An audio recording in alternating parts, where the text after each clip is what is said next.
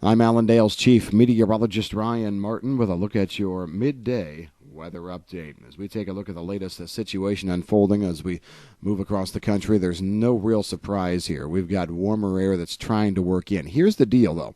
Everybody, or I should say a lot of forecasters, have been talking about how mild it's going to be and how it's going to be well above normal. We've got a week's worth of warm air.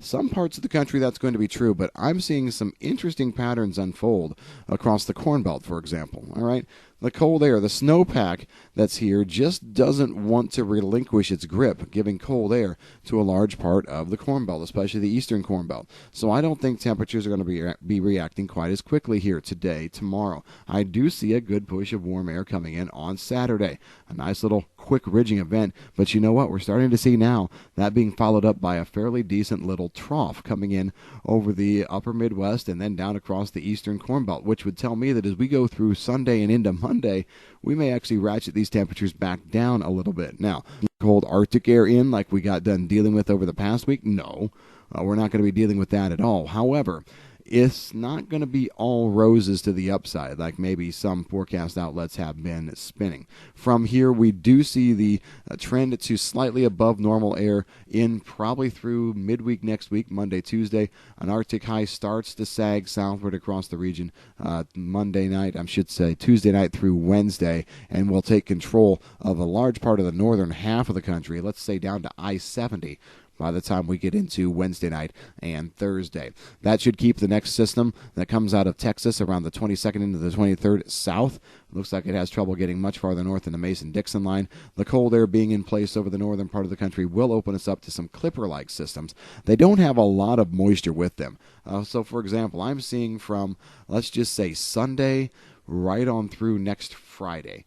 I'm seeing about three little spurts, three little waves that come through. None of them have any more than a few hundredths to a tenth or two of moisture. If it's in cold air, that would spell snow, and so that's why we're talking about these as little clippers, but it's not going to be the be-all, end-all. One of the ways I'm looking at this, though, is the following. If we are able to hold on to a little bit of our snowpack with the warm air push or the warm air surge on Saturday, let's say, and then we start to put a little bit more, even if it's only a half an inch to an inch out of each event, if we put a little bit more down, by the end of next week and through the following week, we're probably going to be seeing snowpack over most of the upper Midwest, Corn Belt, even back into parts of the eastern plains. We're probably going to be seeing snowpack back to where it is going into this warm air event. I think we're going to kind of keep it in that zone. In terms of serious storm systems across the country, not seeing much here over the course of the next couple of weeks.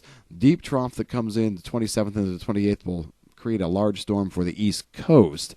But not seeing much for the rest of the country. I do think we finish the month normal to below normal on temperatures, just thanks to this cold air coming in fairly substantially.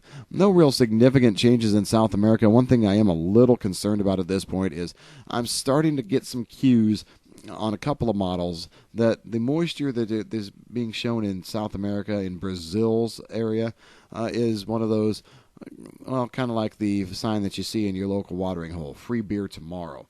You know, it's going to rain next week. Rain coming next week.